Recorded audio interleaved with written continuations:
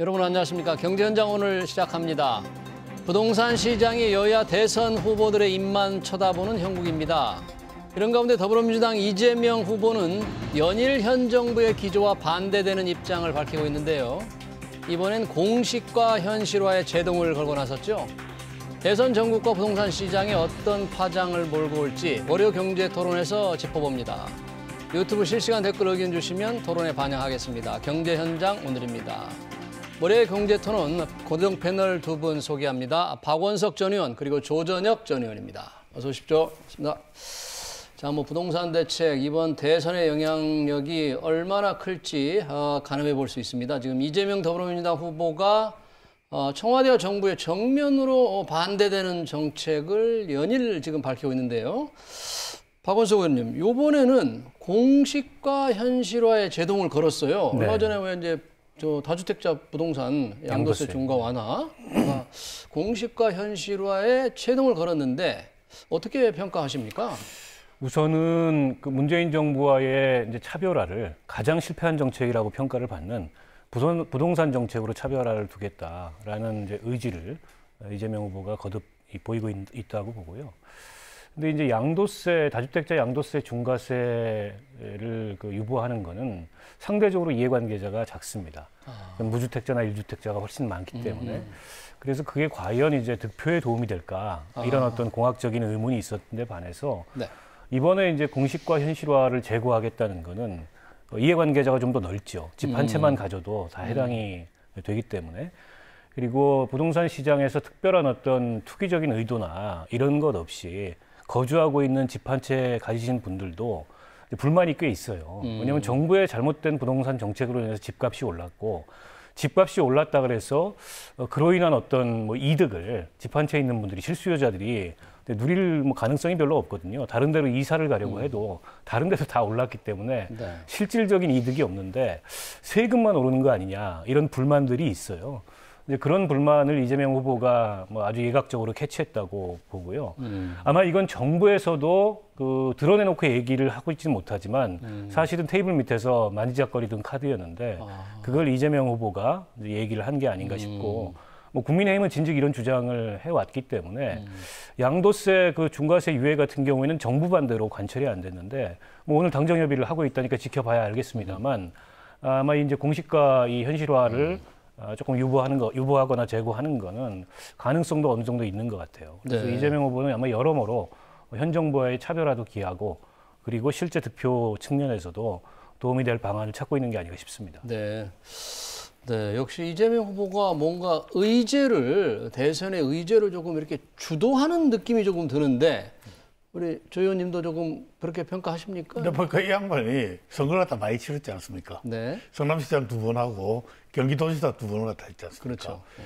그러고 제가 보기에는 선거는 어떻게 치러야 된다 하는 거에 대한 아주 동물적인 감각이 있는 것 같습니다. 그래서 어떻게 보면 이번에 그 공시지가 제도를 꺼낸 네. 거는 첫째 우리 박원석 의원님이 이야기를 하신 것처럼 문정부의 가장 실패한 정책이 부동산 정책이고 거기에 대해서 자신은 다르다는 것을 차별화함과 동시에 다만 차별화만 할 것이냐 아니면 어떻게 하면 또 이 표가 될 것이냐 그걸 갖다 계산을 해가지고 예. 이 의제를 갖다 꺼낸 것 같습니다. 근데 제가 하나 좀 이분에 대해 가지고는 네. 무서운 분이다 이런 생각을 갖다 하게 됩니다. 어떤 그런가 하면 벌써 벌써 과거부터 네. 이게 종합 공시지가 문제 관련해 가지고는 이게 굉장히 좀 불공평하다, 네.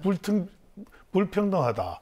그래서 이건 제대로 좀 시행을 갖다 해야 되겠다라고 줄곧 이야기를 갖다 해왔거든요. 공시지가를 더 강화해야 되겠다고 해왔는데. 공시지가와 이 세제 관련을 갖다 해가지고 연결시키는 연결고리를 더 강화시켜야 되겠다. 사실 더 나아가서는 양원 국토 보유세까지 지금 주장을 갖다 하지 않았었습니까?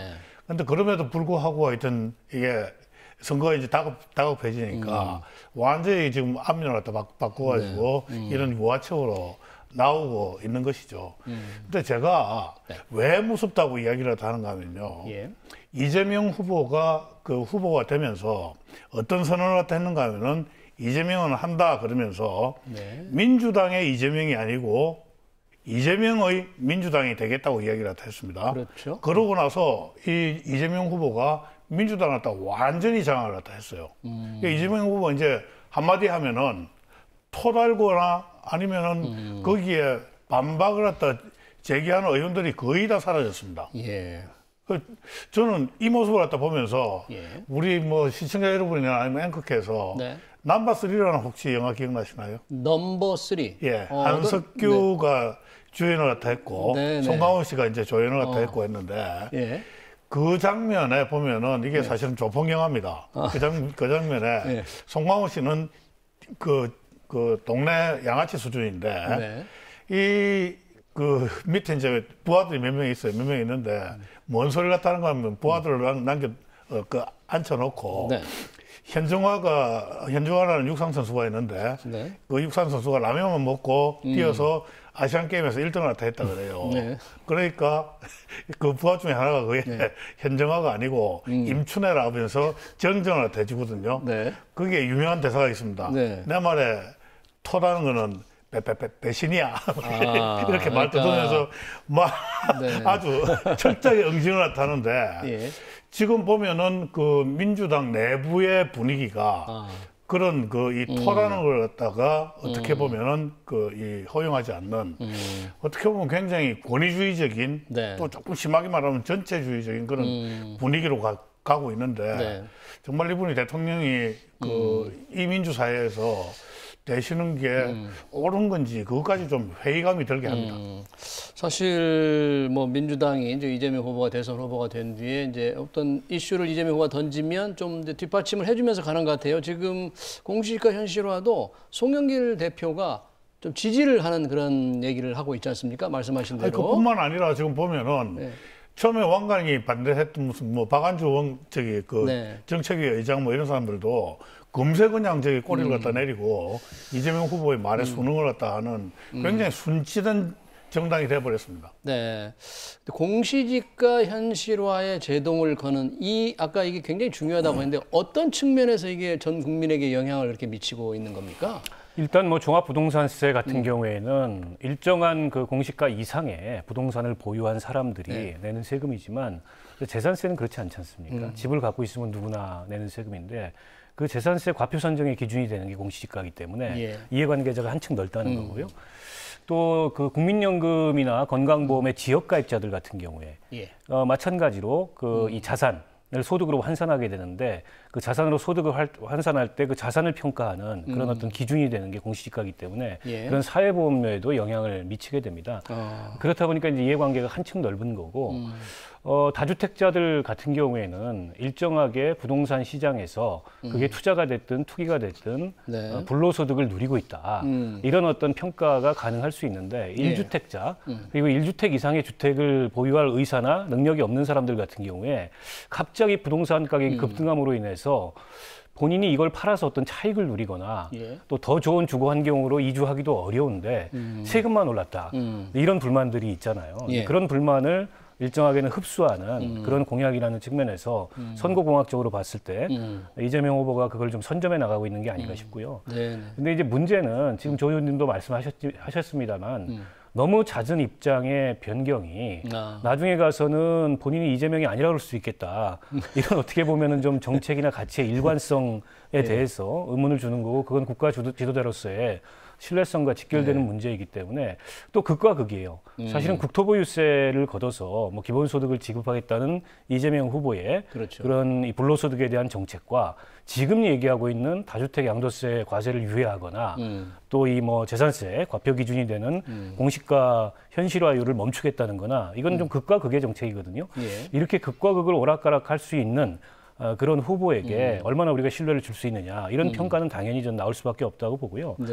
저는 아마 정부가 선택을 한다 하더라도 공시가 현실화 로드맵을 향후에 장차 90%까지 올리도록 매년 단계적으로 현실화시키고 있는데 그 자체를 흔들기는 어려울 거로 보입니다. 그거는 이제 정책의 일관성이라는 측면에서 중대한 문제를 발생하기 때문에 다만 내년 이제 재산세 이 부과에 있어서 혹은 사회보험료 부과에 있어서 뭐 올해 그러니까 현실화되기 전 올해 현실화다 내년이 아니고 예. 올해 과표를 가지고 이제 내년에 적용을 예. 한다든지 뭐 그런 정도의 정책적인 어떤 이 변경은 가능할 수도 있겠다 이렇게 봅니다. 네, 그러니까 올해 과표로 올해 공시가로 내년에 매기면 올해 수준에서 재산세가 이렇게 동결되는 효과가 있을 거죠. 텐데 지금 우리 박원석 의원님 이제 공시가 현실화의 기본 방침, 기본 계획은 그대로 둔다고 그러는데 그러면서 일시적으로 그러니까 한 해만 동결시킨다.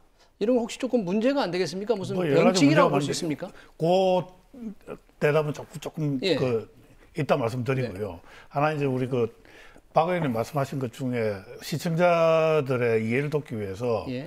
이게 공시지가 이 문제 관련해 가지고는 사실은 전 국민한테 영향을 또 미칩니다.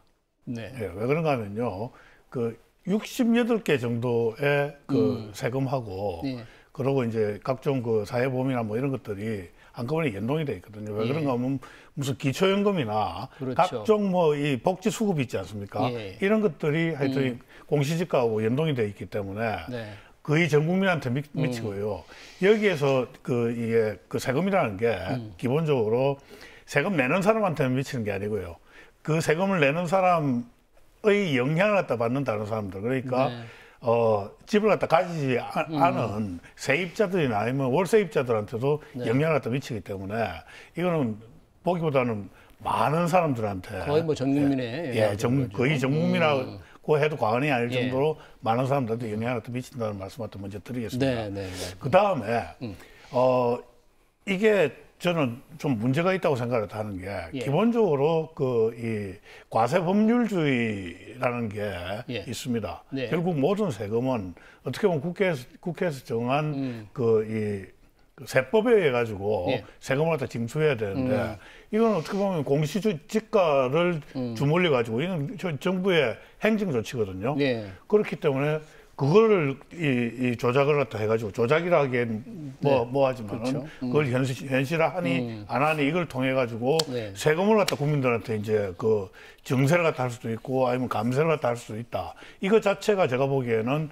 법률적으로 문제가 좀 있다고 생각을 합니다. 네. 그래서 이런 위법 상태를 갖다 그냥 두는 것이 옳으냐? 저는 절대 이건 옳지 않다고 생각을 하고요. 네. 따라서 윤석열 후보는 어떤 이야기를 했는가 하면은 차제에 공시지가 제도 자체를 갖다 전체를 갖다 손을 갖다 봐야 된다고 이야기를 했거든요. 그게 근본적인 대책이다라는 말씀을 드리고 네. 싶습니다. 지금 말씀하신 우리 조전혁 의원 말씀하신 조세법률주의라 그러면 이재명 후보가 그렇게 좀 수정하기 이전 지금 상태로서도 조금 문제가 있다고 할 수 있잖아요. 공시지가 현재도 문제가 있습니다. 현실화율이라든지 이런 뭐 공정 또 시장 가액 비율이라는 것도 있다는데 그런 걸 통해서 세금을 바꾸는 거. 그러면 우리 조 의원님 말씀대로 문제가 있는데 여튼 정부도 좀 만지작거리고 있다는 거 아닙니까? 네. 이미 그러면 정부도 이 문제에 이 집값이 올라가는 데 따른 세금 증가, 복지 수급 조정 이런 거에 대한 좀 걱정을 하고 있었던 거죠, 지금. 그렇죠. 아무래도 이제 특히 선거를 앞두고 있기 때문에 선거를 앞두고 있는 상황이 아니라면 모르되 이게 이제 선거 민심에 영향을 줄 만큼 부동산 시장 상황이 악화됐고 또 현 정부가 그걸 정책적으로 잘 컨트롤했으면 모르되 그걸 이제 실패했다는 평가를 지배적으로 받고 있잖아요. 그러니까 정부가 나서서 번복하기는 사실 어려웠을 거예요. 그러나 어쨌든 대선 주자 입에서 나왔고 당이 앞장서는 모양새로 간다면 못 이기는 척이라도 정부가 따라올 가능성이 상당히 있다고 보고. 근데 이제 양도세 중과세 유예 같은 경우에는 이미 유예 기간을 11개월이나 뒀고 그 사이에 보니까는 매물 잠김 효과가 별로 해소도 안 됐고 그걸 유예한다 하더라도 그래서 이번에도 역시 정책 효과가 별로 없을 거고 부자 감세한다는 논란만 따를 거다. 그래서 정부가 사실은 그거는 이제 완강하게 반대를 해서 이재명 후보의 주장이 관철이 안 됐습니다만 근데 앞서 이제 조 의원님 말씀하셨지만은 이게 이해관계가 훨씬 많아요. 그런데다 상대적으로 쉽습니다. 국회에서 법을 안 고쳐도 됩니다. 어쨌든 정부가 공시가를 매년 고시하는 거기 때문에 그 고시를 갖다 바꾸면 되는 거거든요. 이게 조세법률주의하고 충돌한다는 논란이 나올 수도 있는데 그렇다고 이게 뭐 위헌에 해당하는 그런 수준의 논란은 아니고 지금도 매년 공시 가격을 올리고 있는 거기 때문에 그래서 아마 정부가 오늘 당정협의 결과를 봐야 되겠습니다만은 아마 이재명 후보의 손을 들어줄 가능성도 있고 그렇게 보면 지금 이제 김종인 총괄선대위원장을 영입해서 어쨌든 의제 설정의 우위 이런 걸 이제 국민의힘이 의도를 했었는데 요즘 이재명 후보가 자주 정책도 변경하고 이슈를 뿌리다 보니까 이게 전략적으로 그 김종인 총괄 선대위원장을 영입한 효과가 좀 반감되는 측면이 있어요. 어떻게 보면 그 이재명 후보의 이런 어떤 이슈 뿌리기가 상당히 이제 선거 전략적인 그런 의도를 좀 갖고 있는 게 아닌가 싶습니다. 제가 또 한 가지 보충을 하고 싶은 부분은 이 부분입니다. 제가 어디 방송에 나가서 제가 이 방송에도 분명히 그 이야기를 한 것 같은데요. 이재명 후보나 아니면 민주당 후보 입장에서는 이선망이다라는 말씀을 갖다 드렸습니다. 이선망? 예, 이번 선거는 망했다라는 말씀을 갖다 드린 적이 있는데 그 이유가 뭐였는가 하면 바로 이제 그 분당 대장동 대장동 개발 의혹 사건. 그 의혹하고 뭐 백현동부터 해가지고 뭐 많지 않습니까?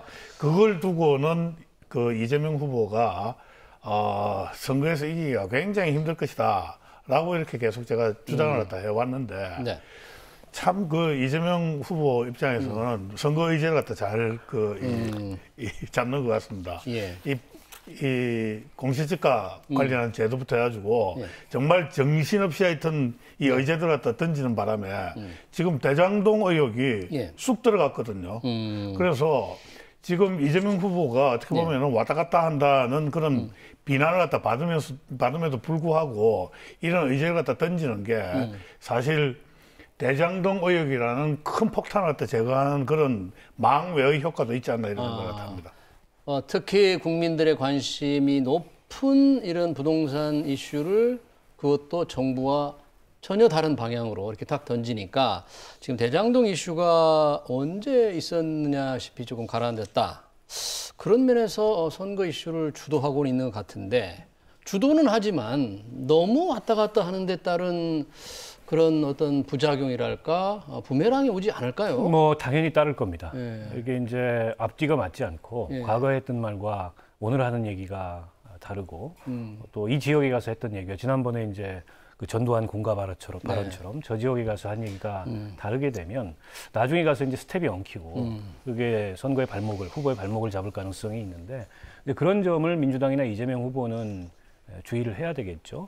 근데 이제 이번 선거가 워낙에 진영 간 대결 양상을 보이다 보니까 실제 후보들이 어떤 정책을 가지고 어떻게 지지층을 다지고 또 중도 확장을 하는지 이런 것보다 그냥 뭐 우리 후보가 얘기하면 다 옳은 거고 상대 후보가 얘기하면 다 나쁜 거고 실은 부동산 정책에 있어서는 이제 두 후보 간의 차별성이 거의 없어졌습니다. 200만 호 공급론 똑같고요. 그다음에 세금도 조정해야 된다는 얘기 똑같이 하고 있고 그런데 과연 어떤 정책적 차별성을 찾을 수 있을까? 어떻게 보면 이런 어떤 진영화된 선거의 가장 큰 피해자는 국민들이 아닌가 싶고 게다가 지금 후보들의 뭐 사생활 검증 또 가족 무슨 도덕성 논란 이런 걸로 인해서 선거가 굉장히 혼탁해져 있는데 향후 대한민국 5년의 이런 국가 공동체 발전의 비전이나 국정 운영에 관한 어떤 구상이나 이런 거는 지금 선거에서 완전히 실종돼 버린 상황이 돼서 제가 보기에는 어느 후보도 지지하지 않는다. 이런 무당층이 더 늘어날 가능성이 있고 과거에 이제 2007년 선거가 비스무리했었어요. 2007년. 그때 이제 민주당은 사실 포기 상태에 있었고 그리고 이명박 후보는 각종 도덕성 의혹과 논란으로 굉장히 이제 얼룩진 그런 상태의 선거를 치렀는데 그때 투표율이 50% 간신히 넘었었거든요. 아마 이번 선거가 어쩌면 그때와 같은 최악의 선거 양상이 되지 않을까 그런 우려가 듭니다. 네.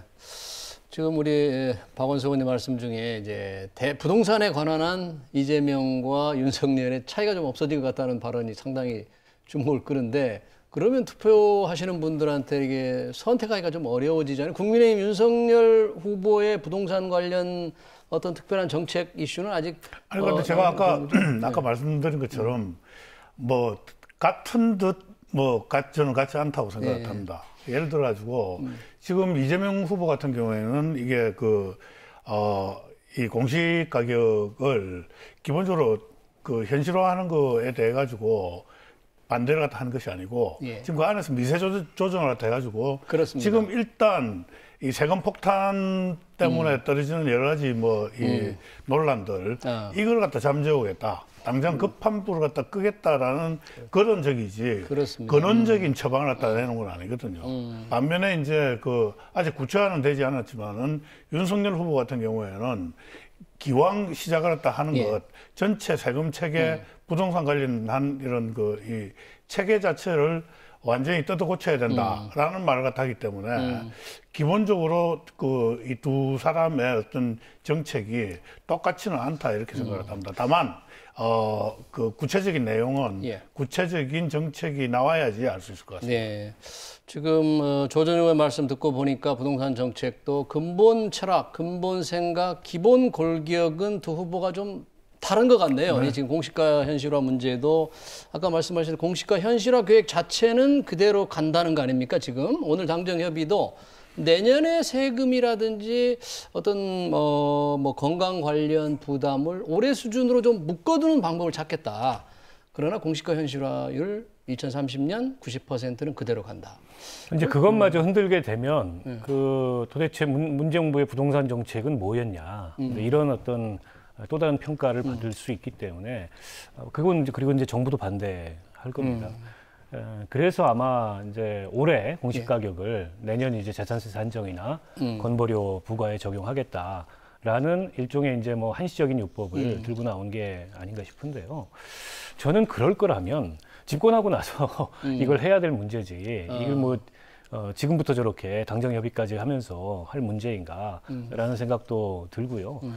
그러니까 결국 문재인 정부가 이 불로소득에 대한 과세를 강화하고 그리고 부동산에 대한 일종의 이제 금융 규제도 강화하고 그럼으로써 부동산 가격을 잡겠다라고 했는데 그게 실패로 돌아가니까 결국 원점으로 이 정책이 다 회귀하고 있는 게 아닌가 싶고요. 그런 측면에서 부동산 정책 실패의 진정한 원인에 대해서 여당이나 정부나 혹은 여당의 후보나 제대로 된 성찰이나 이런 게 있는지 좀 의문입니다. 네. 그래서 저는 이게 80일짜리 초단기 그냥 표퓰리즘 정책 아닌가 생각합니다. 포퓰리즘 정책이다. 포퓰리즘이에요. 표퓰리즘 정책. 표를 얻기 위한 포퓰리즘. 선거까지는 어쨌든 넘어가 보자는 그런 심사는 아닌가 생각이 듭니다. 예. 지금 공시가 현실화는 당정 간에 오늘 기본 골격은 합의한 것 같은데 사실 또 다주택자 양도세 중과 완화가 또 굉장히 중요한 이슈인데 이 부분은 이재명 후보가 지금 밀어붙이고 있는데 청와대 정부 반대하고 있잖아요. 그거를 넘어설 수 있을까요? 아까 민주당 이재명 후보 말 한마디 하면 다 따른다는데 당 따라올까요? 지금 보면은 뭐 이제 당에서 워낙 거세게 이제 공세라도 취하고 있고 오늘 보니까 이 주무장관도 어느 정도 이제 코드를 갖다 맞춰주는 방향으로 지금 이 손뼉을 갖다 같이 쳐주고 있는 것 같습니다. 그래서 그 부분에 대해서는 어느 정도 합의가 일어날 수 있을 것 아닌가 이런 생각을 합니다. 아, 그래요? 네, 이 역시 부동산 세금 표에도 중요하고 후보들의 생각도 다르고 국민들의 워낙 큰 영향을 미치기 때문에 좀 자세히 더 지켜봐야 될 것 같습니다. 저희의 또 다른 월요 경제 토론 주제, 주 32시간을 시행하겠다는 배달의 민족입니다. 배달의 민족을 운영하는 우한 형제들이라는 회사에서 주 52시간 한 지가 얼마 안 된 것 같은데 주 32시간을 하겠다. 이 회사 그동안 어떻게 운영했길래 이렇게 주 32시간을 한다 그러면 어떻게 하겠다는 건가요? 일단 32시간 하면은 보통 이제 주 4일제를 떠올리는데 주 4일제는 아닌 것 같고요. 월요일 같은 경우에는 오후에 출근을 하고 화요일부터 금요일까지는 기존의 6시 퇴근을 5시 30분으로 30분 당겨서 주 32시간에 맞추겠다. 지금도 이제 우한 형제들은 주 35시간을 하고 있습니다. 35시간. 그거를 이제 3시간 더 줄이겠다는 거고. 몇 가지 이제 배경이 좀 있을 것 같은데 하나는 코로나로 인해서 재택근무가 일반화됐지 않습니까? 우한 형제들 같은 경우에는 거의 2년 동안 재택근무를 했는데 이게 생산성이나 아니면 이 일의 의욕이나 이런 측면에서 차이가 없더라. 오히려 생산성 높아지고 창의력도 높아지고 매출이나 이런 데도 전혀 지장이 없다. 그리고 이 기업이 플랫폼 기업이다 보니까 더더욱 이제 노동시간 줄이는 거에 있어서 큰 부담은 없는 것 같고요. 지금 이제 심상정 정의당 후보가 주 32시간을 주 4일제를 제1공약으로 내세워서 대선 쟁점화가 되고 있는데 외국 같은 경우를 보면 유럽은 주 4일제를 도입하는 나라들, 즉 32시간 노동제를 도입하는 나라들이 굉장히 많아졌고요. 미국도 지금 하원에 32시간 법안이 발의되어 있는데 통과될 가능성이 굉장히 높습니다. 우리 같은 경우에는 주 40시간이 도입된 게 2003년에 법제화가 돼가지고 근데 이게 완전히 실현되기까지는 한 10년 걸렸습니다. 등교까지 5일제로 완전히 정착되기 전까지. 근데 이제 우리도 어떻게 보면 이제는 이제 뭐 이 일과 여가의 균형과 또 그 일과 가정의 균형과 또 개인의 자기 개발이라는 측면에서 노동시간 단축을 도입해 볼 시점이 되지 않나 싶고, 앞서 말씀하셨던 52시간은 연장 근로까지 포함했을 때 최장 52시간이라는 거고요. 연장 근로 포함해서. 네. 만약 32시간을 도입을 하더라도 지금 제도를 그대로 적용한다면 44시간제가 되는 거죠. 연장 근로까지 포함을 해서. 네. 그래서 좀 전향적인 검토가 필요하지 않을까 싶습니다. 그렇군요. 사실 저희가 우한 형제들의 주 32시간 내년부터 하겠다는 게 주목을 끄는 게, 그 회사에 뭐 좀 특수한 상황이 있겠죠. 아까 우리 박원석 의원님 말씀대로. 하지만 이게 사회적 어떤 논의 대상이 돼서 진짜 주 4일제 근무에 관한 본격적인 토론의 시간이 올 건가, 이런 게 관심이잖아요. 저는 뭐 토론은 얼마든지 가능하다고 생각합니다. 그리고 개별 회사 차원에서 우아한 형제들 같은 우아한 회사들이 많이 생겼으면 좋겠다는 생각이 듭니다. 근데 지금 제가 하나 걱정되는 건 이런 겁니다. 마치 이제 그 소득주도 성장이 있지 않습니까? 소득주도 성장을 두고 이게 말이 마차를 갖다 끄는 정책이 아니고 마차가 말을 갖다 끄는 정책이다, 이런 비판이 많았던 것처럼, 이게 근로시간 단축도 저는 근로시간 단축이 생산성을 향상시키느냐 아니면은 그 역이 먼저냐라는 걸 한번 생각을 다 해볼 필요가 있습니다. 생산성이 향상이 되면은 저는 뭐 근로시간을 그거보다 더 줄여도 된다고 생각해요. 지금보다 생산성이 10배로 뛴다 그러면은 지금 뭐 주 52시간을 갖다가 주 5시간 해도 저는 괜찮다고 생각을 다 하거든요. 그래서 이 부분은 그 생산성이 얼만큼 향상되느냐와 보조를 맞춰가면서 해야 될 정책이고, 우리 논의도 자연스럽게 그렇게 논의가 같이 가져야지 사회적으로 바람직하다, 이런 생각을 합니다. 근로자들은 만약에 급여 삭감이 없는 전제 조건이라면 주 4일제 당연히 찬성을 해야 할 것 같고요. 그게 전제되는 게 바로 생산성이죠. 그러니까요. 이게 이제 과거에도 그 논란이 있었는데요. 과거에 그래서 주 40시간 도입할 때 노동계에서 반대하는 일들도 부분적으로 있었습니다. 왜냐하면 이게 임금이 축소될 가능성이 있기 때문에. 근데 이제 시간당 임금을 산정하는 기준을 조정을 해서 임금 삭감 없는 그런 이제 주 40시간제를 도입을 했고, 도입 이후에 그 수많은 우려를 했던 거에 비하면 생산성이 오히려 올라갔다라는 게 이게 우리 사회에서 실험의 결과이고, 지금 유럽 같은 경우에는 35시간은 이미 보편화돼 있고, 이걸 이제 32시간으로 가려는 노력들이 진행이 되고 있는데, 그런 유럽 나라들의 사례를 보더라도 이게 시간당 이 노동 생산성은 올라간다. 오히려 일에 더 집중을 하게 되고, 그런 어떤 여가나 휴식이 가져오는 그런 그 업무의 효율이나 이런 것들이 높아지기 때문에. 그리고 요즘 이제 그 세태는 돈을 조금 적게 벌더라도, 돈을 더 많이 벌지 못하더라도 자기 개발이나 휴식이 중요하다. 이른바 워라밸이라고 하지 않습니까? 그런 선호도도 강하기 때문에 이 이제 토론이 좀 본격화될 필요가 있다고 보고요. 근데 이제 과거와 같은 그런 기준으로 지금도 OECD 평균하고 노동 시간을 비교해 보면은 1년에 그 대한민국 국민들이 한 240시간, 그다음에 월 한 20시간씩도 노동을 하고 있거든요. 그런 현실을 감안했을 때 더 이상 이제 장시간 노동이 뭐 성장을 담보하거나 장시간 노동이 어떤 생산성을 담보한다는 그런 어떤 과거와 같은 인식은 좀 버려야 될 것 같습니다. 뭐 저도 그 사실은 우리 박원석 의원님하고는 많은 부분 인식이 같은데 이 노동 문제 관련해가지고는 조금 뭐 하여튼 뭐 제가 다른 부분에 있어가지고요. 사실 대한민국의 지금 저기 산업 구조 자체가 어떻게 보면은 OECD 국가 그 선진국들하고 비교를 하다 보면은 좀 뭐라 그럴까요? 이제 이게 그 제조업 쪽이 우리가 강합니다. 그렇죠. 제조업. 그 비중이 높고 하여튼 이 제조업은 일정 시간 하여튼 시간이 투입돼야 되거든요. 그런 하여튼 특별한 사정들도 고려가 돼야 된다고 생각합니다. 여튼 뭐 우한 형제들 한 특수한 상황이긴 한데, 이게 조금 더 관심 있는 게 아까 정의당의 심상정 대표가 지금 주 4일제를 주장하고 있다는데, 다른 후보 이재명 후보나 윤석열 후보 어떤 대선과 연관지어서는 어떻게 해요? 이재명 후보는 당장 공약으로 내지는 않고 있는데요. 일단 뭐 우리 사회가 가야 될 방향이다라는 정도의 입장이고, 지난 이제 서울시장 선거 때 그게 이제 서울시 단위에서 가능한 건지 모르겠습니다만 박영선 후보가 4.5일제, 그러니까 35시간 정도로 노동 시간을 줄여보자 이런 어떤 공약을 내걸기는 했기 때문에 예. 아마 민주당에서도 이런저런 검토들이 있을 것 같고요. 네. 국민의힘 쪽에서는 아직 뭐 이에 대해서는 이런 입장이 없습니다. 네, 아직 이 문제가 개별 기업의 문제이지 표심을 가르는 어떤 이슈로 본격화되기는 조금 이르다고 할 수 있겠네요. 이번에 어떤 조금 뭐 이재명 후보 그냥 얘기만 했지 하여튼 공약으로 나오기는 조금 빠르다 이렇게 볼 수 있겠습니다. 이재명 후보가 그 얘기를 꺼냈다가 네. 당내에서 이게 좀 말이 잘 안 먹히니까 도로 집어넣은 상황입니다. 아 그래요? 선거 이슈로서는 조금 더 지켜봐야 될 것 같습니다. 네, 월요 경제토론 시간 관계상 여기서 마치겠습니다. 지금까지 박원석 의원, 조전혁 의원이었습니다. 고맙습니다.